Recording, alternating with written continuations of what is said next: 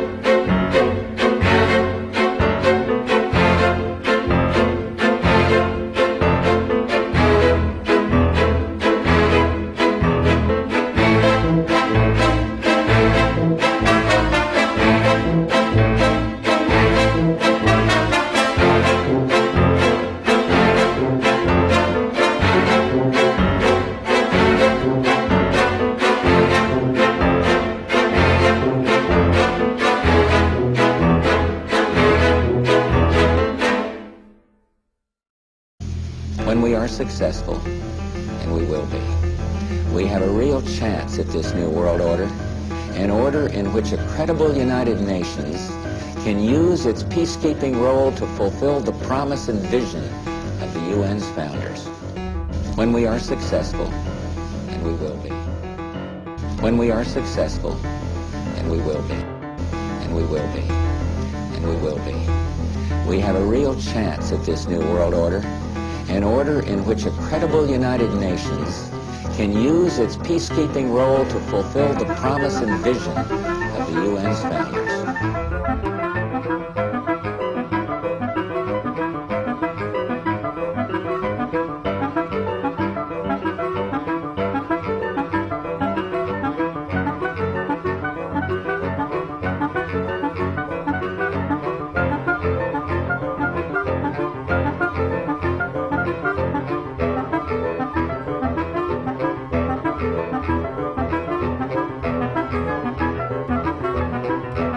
Think about it. The terrorists of September 11th plotted in Hamburg and trained in Kandahar and Karachi before killing thousands from all over the globe on American soil. As we speak, cars in Boston and factories in Beijing are melting the ice caps in the Arctic, shrinking coastlines in the Atlantic, and bringing drought to farms from Kansas to Kenya. Poorly secured nuclear material in the former Soviet Union, or secrets from a scientist in Pakistan could help build a bomb that detonates in Paris.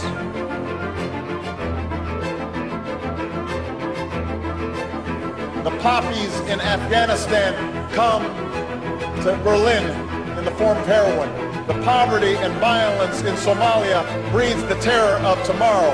The genocide in Darfur shames the conscience of us all.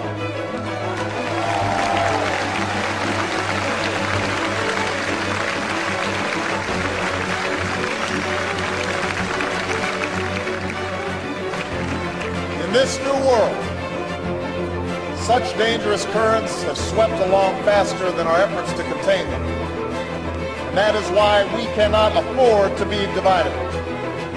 No one nation, no matter how large or powerful, can defeat such challenges alone. None of us can deny these threats or escape responsibility in meeting them. Yes, there have been differences between America and Europe. No doubt there will be differences in the future. But the burdens of global citizenship continue to bind us together. A change of leadership in Washington will not lift this burden. In this new century, Americans and Europeans alike will be required to do more, not less. Partnership and cooperation among nations is not a choice. It is the only way, the one way, to protect our common security and advance our common humanity.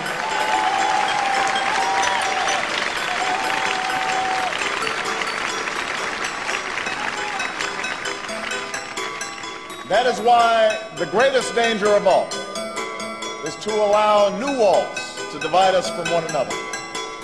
The walls between old allies on either side of the Atlantic cannot stand. The walls between the countries with the most and those with the least cannot stand. The walls between races and tribes, natives and immigrants, Christians and Muslims and Jews cannot stand. These now are the walls we must tear down.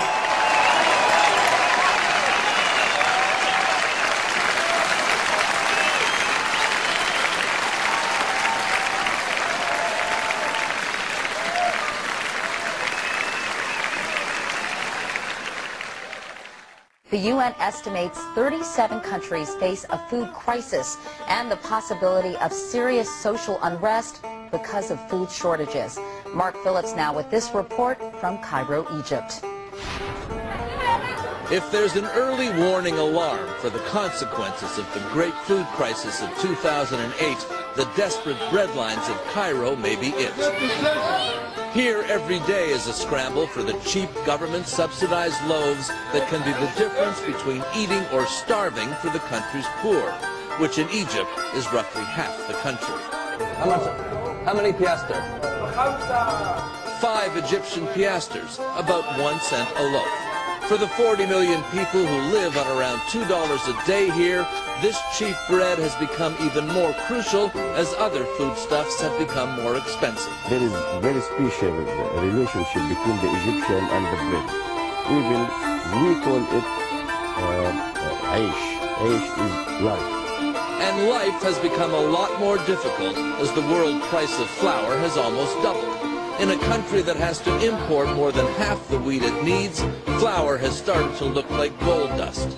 The subsidized loaves have become scarcer, the lines have become longer. Which is being actually carried out right now, is to create conflict, to create wars. And through the creation of wars, several things happen. First of all, the companies which manufacture the missiles, the guns, the bullets, the uniforms, and all of the paraphernalia to do with warfare all make huge profits. Secondly, there is a culling of the male population. Since the 1950s, we've had several reports from think tanks that feed information into the European Union, the British government, and also the American government, which are recommending depopulation. And there's several plans which we believe have been put in motion right now. And obviously war is one way of depopulating the planet.